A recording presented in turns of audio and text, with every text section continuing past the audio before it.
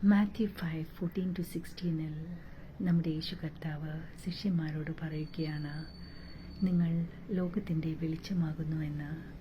അതേ പ്രിയരെ, ഇന്ന് നമ്മളോടും അതേ കാര്യം കർത്താവ് പറയുകയാണ്, നിങ്ങൾ ലോകത്തിൻ്റെ വെളിച്ചമാകുന്നുവെന്ന്.